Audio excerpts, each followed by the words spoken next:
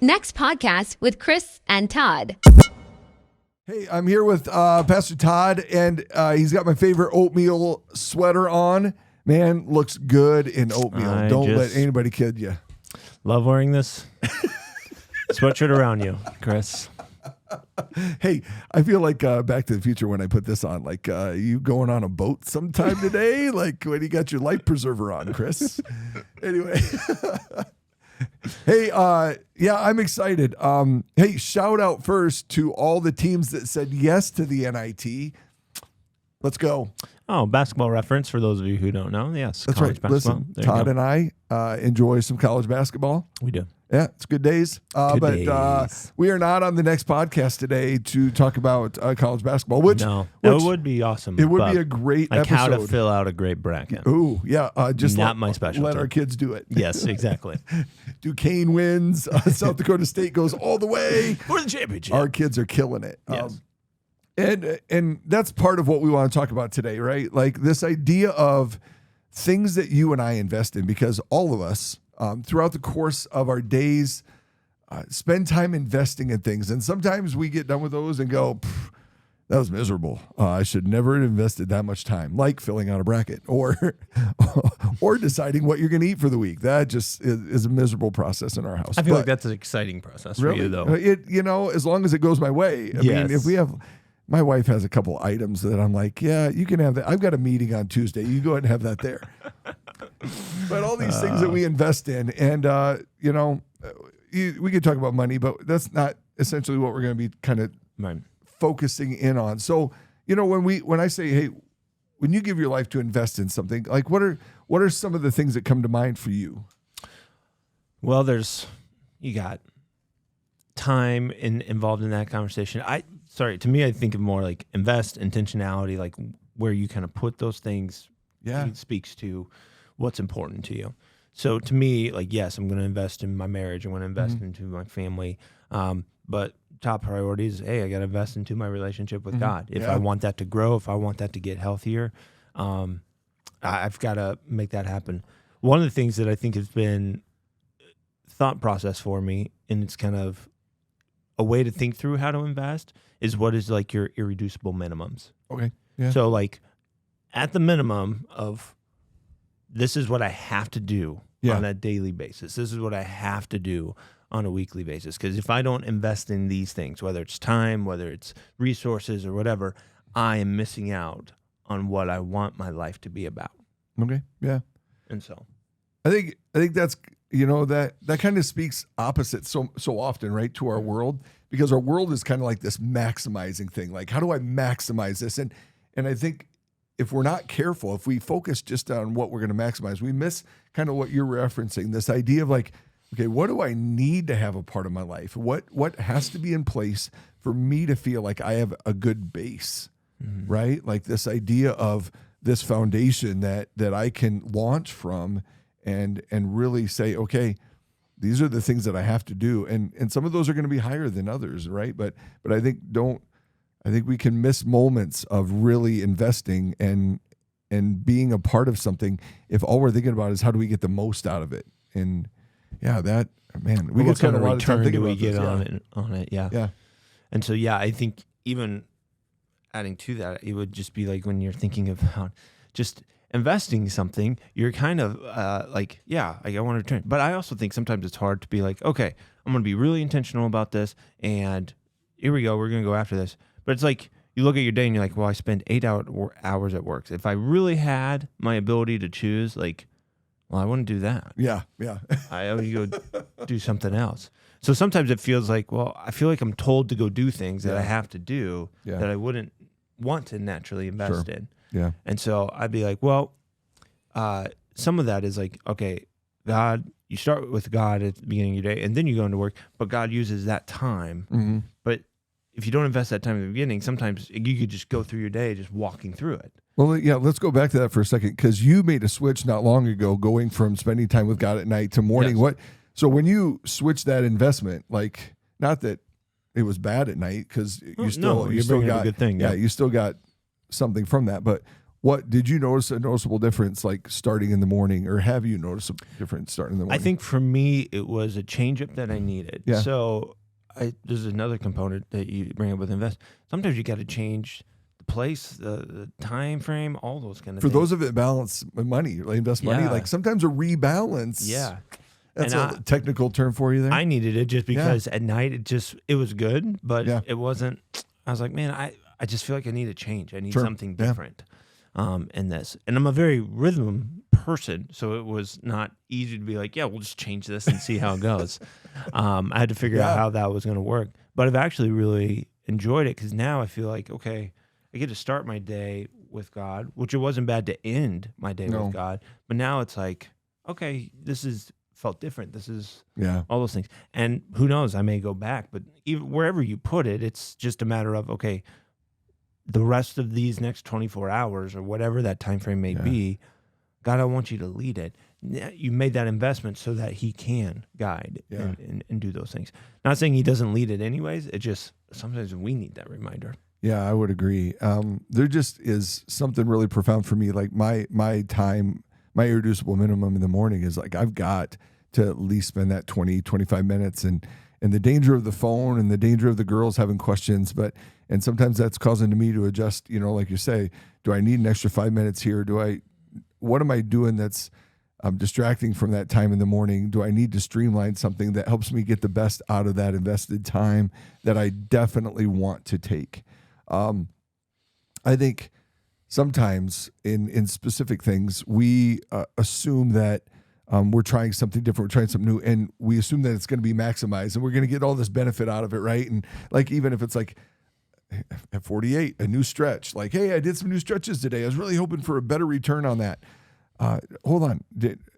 Is that something that I think is going to be beneficial down the long run? Am I willing to invest the time to see the benefits that may come from that? Or am I going to get impatient? And I think so many times when we say we're going to invest time with God, we set out with really great intentions of saying, I'm going to do this. And in our minds, maybe with that idea of investment, we assume that there's going to be something that is going to automatically come right away, or we're going to experience something, or we're going to encounter something. And if that doesn't come, we drop the investment. And maybe it's right on the cusp of like God just really opening your eyes to something great about his word or your relationship with him. And I just want to caution against that idea of like, specifically in this relationship with God, I think so often you and I hear stories. Well, I tried that. Well, how long did you try it?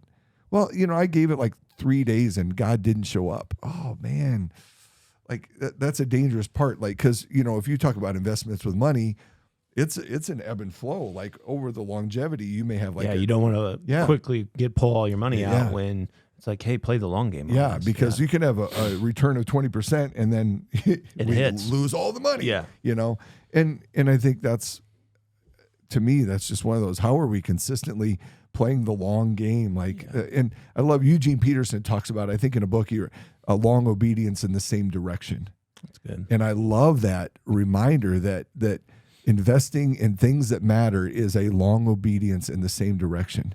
Now there may be tweaks and stuff, but man, am I in this idea of investing in the things that matter to me for the long haul? I think you're hitting on, like, I almost feel like there's two principles at play here. And one of them is going, okay, yes, invest into things, but what is that return on it? Like, we all look at it that way. Totally makes sense. Like, if you're doing your devotions and you're not feeling like you're getting, it might be time to change it because, like, I'm not sensing it. I'm not feeling it. But there's also an other side to this, and this is more of a godly principle. We should do the things that God wants us to do, regardless of the return on it. Yeah. Because that would, it's more because he's king. He's the one in charge. And so we should serve. We should have our devotions. We should give. We should do these things, regardless of the return that we get on it. And we should invest in our marriage. We should invest in our kids. Regardless of the return that we get on it.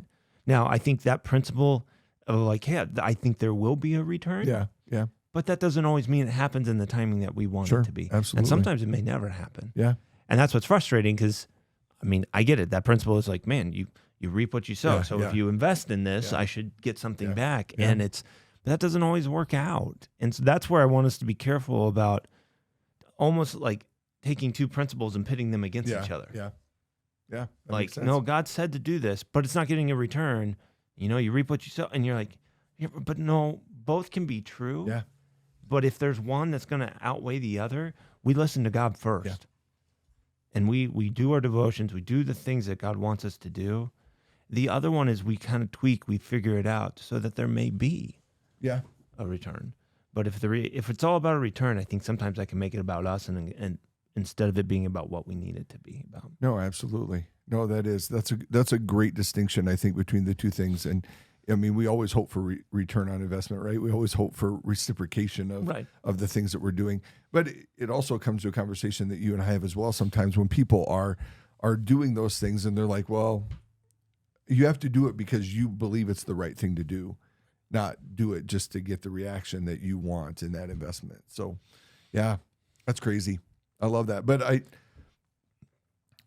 the challenge of faithfulness in those things is difficult. It's a difficult thing to, and I think that's where a lot of people stumble, or a lot of people are affected by this idea of like, well, I don't want to invest if I'm not going to get what I think I ought to get. And man, I don't want to spend that time and Yeah. waste that time. yeah. Man, I've been there. I've been there Yeah. plenty of times. Yeah, my mom and I were actually having this conversation about growing up today, like investing in friendships, and like, Yeah. I'm not getting to do what I want to do in this, and well, that's welcome to adulting, welcome to those realities of you chose to invest in this decision, of having this happen, and so you have to be okay with, and sometimes it's not what we want it to be. For you personally, how have you navigated? Because I don't think it's always easy of just going like, okay, because you got to determine what is the most important. Yeah, So how do you let those two principles play out? Like, no, this is what God tells me to do. But then how do you go, okay, I'm not getting the return on this investment and I can let that one go? Like, which ones are like, this is not optional? And how do you work to determine those things? Example would be like, I'm not expecting you marriage wise. Sure. Yeah, Like you've got it. That's obvious. yeah. But there could be friendships that makes that a little Yeah. bit harder. Oh yeah, Because you don't have all the time to be like, well, I want to be friends with you, but if there's not a return, Yeah. I'm kind of going to move on. And that's the hard Yeah. part. There's just like, there's priorities Yeah, that you yeah. have to play out in Yeah. this. It's funny, like this is a conversation that's been going on for a while with some other friends and stuff like that. Just this idea of, I remember I was going to have one guy be my best man at my wedding, and I didn't realize this about myself, that I was the one that reached out. I was the friend that I felt put forth that effort, right? Like I'm the one calling all the time. I'm the one connecting, and my other friend was like not. And I was like, well, fine. If you're not going to reach out, like knowing that I'm engaged and we're going to have a wedding and you don't seem to really care, well then I guess you're out. So, and I made the decision to like, well, you're not going to be at my wedding. And looking back, he and I have reconnected, and I have realized that about myself, that in self-realization for me was a big thing of going, oh man, I'm the one that is this guy, and I needed to adjust my expectations and the realizations of what I put forth in that investment. Like somebody's not going to give everything that I give, and I don't want to that sound like a prideful thing, right? Like No, but that's what I'm talking about, because yeah. that's where I think sometimes the biggest struggle with investment is going, what do I do? Yeah. I mean, none of us struggle to give Yeah, investment if we feel yeah, like yeah. it's working. No. Yeah. And so how do we make those decisions of like, which ones do I stay investing Yeah. in? Oh yeah. Yeah. Because these are just critical to me, versus those I'm like, all right, if it's not like, I don't need to waste my time here. It's not a selfish thing. I don't think it's learning how to prioritize the right things. It really is. It really is. Because we've seen it. yeah. We've seen people prioritize the wrong things, Yeah. and you're investing all in this. And yes, you're getting the return from that thing, but you're like, but it's taking away from the bigger things in Yeah, life. yeah. Like you've prioritized and invested in a career at the expense of your family. Yeah. And expense of God. Yeah. Like, and so many people wrestle that, right? Like this idea of like, God has given me the ability to do these things and to be a provider. And so they even try to justify that investment of work and find that pastors struggle Yeah. with it too. Oh, man. Like Say- it's say very yes easy to to everything. say yes to Yeah. everything. And so that's the part that I was like, you could use a great example with relationships, but I Yeah. also go, it's just a crowd. So that's why I was like, working, I think with investment, there is a priority conversation. It really is. So, I mean, specifically with our kids, right? Like, we see the investment, but we have ideas and thoughts about what our kids will be. And sometimes that muddies the water of investment. Like, oh man, if we're outside shooting hoops, they're going to play basketball for the rest of their lives and make a lot of money. That'd be awesome. Or when your kid doesn't want to do devotions as a family and you're investing and you're being invested and they're bucking against that, or, I'll share this one. Like, one of the things, like, we make the decision, investment, to be at church every Sunday. Like, even if I wasn't on staff, and you and I have talked about this, we would be at church. And I remember Morgan in high school, just like, man, like, watching her in service, like, she's there, but she's not there, Mm-hmm. And I watched her go to college and come back, and the difference in her. And that wasn't what I did. That's what God did in her life. But our decision to be committed to investing in those things, those priorities that matter, regardless of the return. But we believe there's return. You pull the verse out, like, a return, reward in heaven, and storing up those treasures. But yeah, those are priorities. Having boundaries and guardrails, on your investments. It's crazy you bring that up, because I was just I've talked to parents before of just dealing with that. Like, I want to go to church, but I've got my spouse or my kids who are just like, I don't want to go. Yeah. And so it's like, do I put up with the fight? Mm-hmm. Do I invest all this work and deal with this? Or I can just sit at home and watch it online. Yeah. And so, and I don't, to be honest, I don't really know what the right answer is in all of that. Because there are some points of like, hey, you got to make that a priority. Yeah. Yep. Sometimes you feel like you're dragging them there, and you're like, well, think about this. Like, and I don't know if it was a comedian or like a speaker, like, you drag them to youth sports soccer on Saturday. Oh, I know. You drag them to school every day, fight tooth and nail. And you're like, why can't, and I think there's the fear, and you balance all those conversations that go along with that. You don't want them to hate God. I know. I know. And so I understand the dilemma, but this is where these investing conversations become difficult. Yeah. Because you go, sometimes there's things you want to invest in, Yeah. but the people around you are going, no. And you're like, man, this makes it hard. Yeah. And so that's where I go, at the end of the day, though, regardless of what the other people are doing, you have to come up with, what are my irreducible minimums? I'll go back to that. That is a priority list. Yeah. And so your priority list will start to dictate going, this is what matters to me. Yep. And you invest in what matters to you. Yeah, absolutely. Because if you don't, you'll live in this world where you're frustrated. You're like, I want to do that, but I'm not doing it. Yeah. I know I should do that, but I'm not doing it. I'm not saying all of us will find perfection. We're all working on this. Oh, We're absolutely. All of this. There's moments where it's just you fail at it, or there's moments you're like, I messed that up. Like, I got the wrong priorities in some of that. I invested in the wrong thing. And so, I think your story about your kid is just kind of being like, and you pray and hoping they get that. But it's like, don't let other people start determining those things for you. Yeah, and those can get derailed quick. Like, right, like you make the investment that you're going to talk to your spouse, great, and maybe you've been there. Like, I'm on my way home and I'm thinking about Rachel, and I'm like, I get to see her. I get to tell her how much I love her and how amazing she is. And you walk in the door, and she's frustrated about something, and then she makes something, and you're like, are you going to add some spices to that? And suddenly, like, all your best intentions are out the door, and you get punched in the face, and it's amazing how those investments get derailed by just really stupid, petty things. And it's so important to revisit those and have, a rebalance. Okay, I need to rebalance my mindset when I walk in the door. Like, are there because we all have, again, we have expectations of investments, and like, well, if I do this is automatically, no, hold on. Sometimes I'm the one that messes it up because I withdraw money or I take money out, or, to use those. And that probably muddies the water of what we're talking about. But I love playing the long game with those things that matter. And even here's the kicker. are you willing to invest in them even if you never see the return? And I think that's ultimately the question you were asking. And yes, and those are the things that you go, regardless, Yep. I choose to because these are top priorities. And so that's the part that I go, what is that list for you? Is it like, and I'm not trying to create an order here, but is God the first one? Yeah. Then it becomes family and marriage. And then is it job? Then is it like, I don't know, like country? It's just one of those things where it's like, I feel like we should have Toby Keith playing in the background after you said country or something like that. So, but I was just thinking through, like we all have different responsibilities, but it's very easy for those things to go. I give you an example in our life. Like right now, our kids are starting to dive into sports. The youth sports is kicking into high gear. It's easy to go, here's God, here's our family time, and then just slightly because sports takes up time. It does. And it's on the weekends. And so we had to make the same thing of like, hey, we are going to make this a priority. They need to go to church. Yep.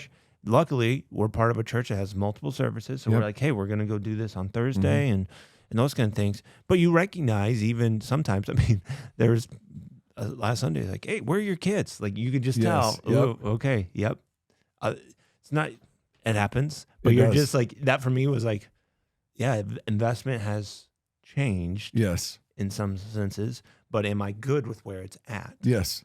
And making sure that, going back to my irreducible minimums, I want my family at church every Sunday or at some kind of service throughout the week. And then, we've got some of these other things. But that's the part. And the way to kind of assess this, because you may think you're doing well, but you've got to analyze it. Just like you do a budget, you also got to do kind of a budget of time. So that way you know, like, are we actually investing in the right thing? Because you could say, like, hey, we only want to spend this much on going out to eat. Yeah. And then you look at it and you're like, we're like double that. Yeah. Well, see, that tells you something. Like, you're off on some of that. Yeah. I love those two things. So I made it abundantly clear to my girls that God's number one, and Rachel knows that. And you and your spouse, I think that's a crucial conversation, right? Like, I love you, but God's number one, and Rachel knows that. Our kids know that Rachel is the next most important thing, and then they're third, and then it's my work, because I never want to sacrifice those things. But I love when I hear conversations from other families. Like last year, we highlighted a family that said, we're going to adjust our travel schedule and our camping schedule so that we can be at church every Sunday. Yep. And that is an investment. Like, and you still get to do the things you want to do. Sundays, I've been camping. Sunday's a wash day. It's easy to get up, but you still got to be out of there by 11. So, just leave a bit earlier. And I'm not telling you what to do, but what worked for us, we just had to be done by Saturday, and that's okay. We still got to camp. And I love that story from that family. Because that's an intentional investment conversation. Like, hey, we love you, but we as a family are going to do this. Now, kids may not like, man, why? But listen, mom and dad, you set the tone. You set the tone on those investments. And we have to, like, you're charged with, as the parents of that family, to say, what direction are you going to go? Are you going to follow that direction that you believe God is leading you towards? And are you willing to make those tough decisions? Because investment is tough decisions. And Yeah, and I just hope as you kind of navigate this, hopefully this is helpful to start beginning. Like, I'd say make a list of what does God ask you to do? Yeah. And what does God, and not ask, but like ask and want you to do. Yeah. But then also on top of that, you've got your own list that God's given you some abilities, some talents, some things that you enjoy doing on your own, and God wants you to do that as well. But then you go, okay, but wait, who's getting more of the priority? Is it my stuff or is it God's stuff? Yeah. Now it's hard because God gave you some of those abilities. Yeah. I get that, but God's stuff should be able to go, no, this matters more. Like, as much as my budget says this, God deserves what he asked for in regards to giving. As much as the time says this, he wants me to be at church. He wants me to be serving. He wants me to be connecting with him. Does he have that time? So if we're going to walk out and invest in a healthy way in this relationship with God, it's going, we got to map some of this out. That's why the irreducible minimums is kind of going, what am I going to do daily, weekly, monthly, yearly to, have the priorities. I'm connecting with God. I'm connecting with my family. And if I'm married, I'm in that. But then also I've got my job. But also within that, you also go, are you taking care of yourself? Yep. There's got to be, Absolutely. you got to be that, because this is not invest all your time into everybody else, and this, you got to invest in you too. Well, and that's like, I read this in a bike magazine a while, and I love that if you take, and this is an investment conversation, if you invest in the things at home, those investments will pay dividends to be like, hey, you've been here, you've been doing this, go ride bike. Just go get a ride, because I know it's better for you. And that helps take care. I love that. To me, that was a big thing. I'm like, not that I didn't pay attention to the things at home, right? But if you do those extra things, those are, things that can really be a blessing in the midst of that. But I agree. And one of those things, has to do with vacations. You said the yearly thing. Okay, what are you doing for holidays and vacations? And because that be investing in those things. It is, and it's so much fun. But just like a financial advisor, when you sit down and you map out where you want to go, maybe this is a conversation. And Todd and I would love to be able to have that conversation, sit down and map out maybe some of the places you're doing great. Yeah. Or maybe some of the places where you're like, hey, I need a little tweak, or I need a rebalance here, and I need to be reminded about what I said I really wanted. It's crazy to think about. God's given you enough time to invest in what you need to, and giving you enough money to invest where it needs to be. Yeah.